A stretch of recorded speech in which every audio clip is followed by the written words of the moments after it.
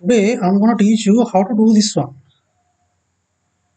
You can see there are a lot more to do. Let's go to our code and let me start it from the beginning. We need to create a div, and inside this div element I'm going to create another div element. Inside inner div element I'm going to create new button. Let's name it as CSS. Save it. Let's see how it is look like. Then I need to name all the divs, container and border, class border, and class button. Now let me show you how it is look like. As you can see, by default it is applying some padding to our divs. Let me remove it by using CSS resetting. Star means all. What we are going to write in here, those are applied to all the elements. So I'm going to reset margin. I'm going to set the margin into 0 and padding into 0. Let's see what we need to do then. We can make our button text color into white. Let me do that. So the class name of the button is button. To target class, we need to add dot before the class name,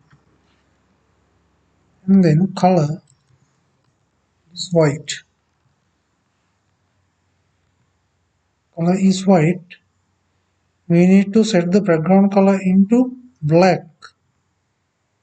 Save and go to browser. You can see it is applied. Now you can see here there's a border appear. We need to remove it. Border none.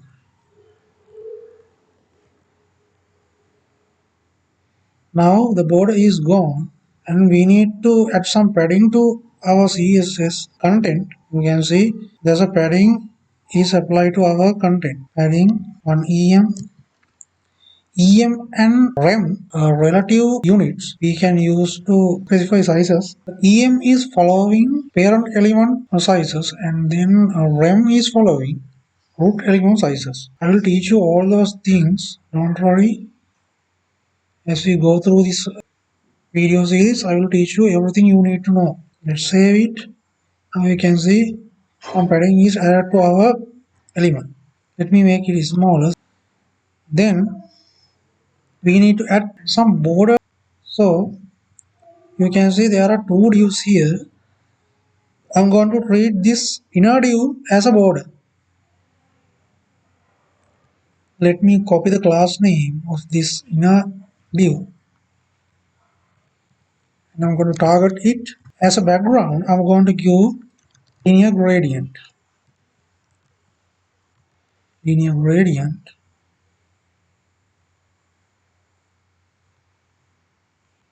The degree may be 115 degree and the colors are yellow, red, green.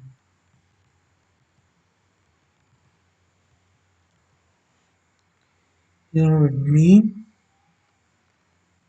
If I save it and go to the browser, you can see it is applied to border element. Since our border is a div, it is take the width as much as can take. So you can see container also it's take as much as can take from the web browser. So I need to take this button into center of our page.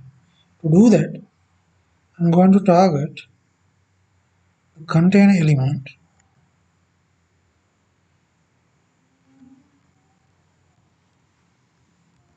Container element display flex. When we make any element display flex, we can position and align its child element easily. If I go to the browser, Now click on this little arrow here, and if you move your cursor to the container, you can see now the div container is a flexbox. Only the container now taking the entire width of the page. Border div is taking minimal width that it is need. Now we can move our elements into middle of our page. To take our div element into middle, we need to write justify content center. Justify content center. Now you see button now is aligned to center, but only horizontally. I want its center to vertically also.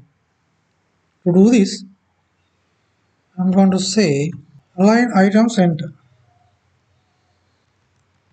If you go to browser, now you will see it is not aligned to center vertically. That's because now the container here is Flexbox takes the height of border div.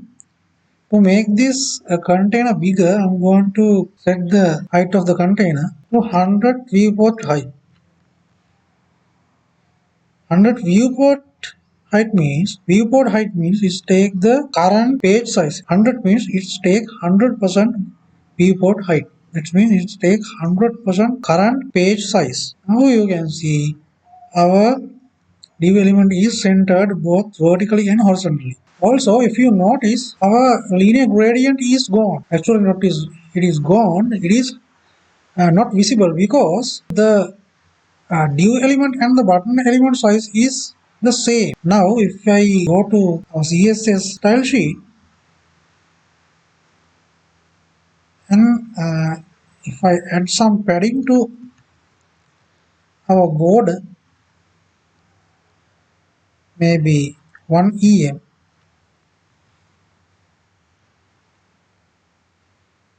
we can see the our linear gradient. Now, let me make it smaller. 0.1 maybe 2.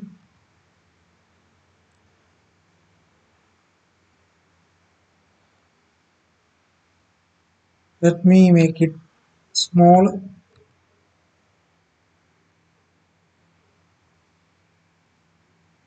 One is good. Now you see it's almost same. What I need to do is, if we hover over this box, the name should be grayed out. I'm targeting button element. Hover,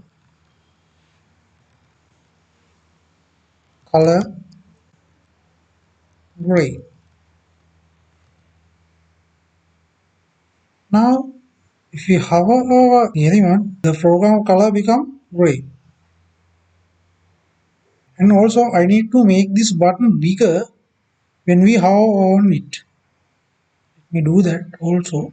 We want to set padding 0.6 em. Now you see it's working. And then what I want to do is when we hover on it, we need to change the border color from here to here. Let me do that. I'm going to target the border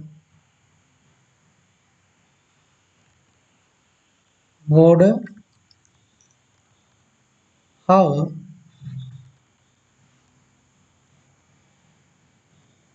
Let me copy this background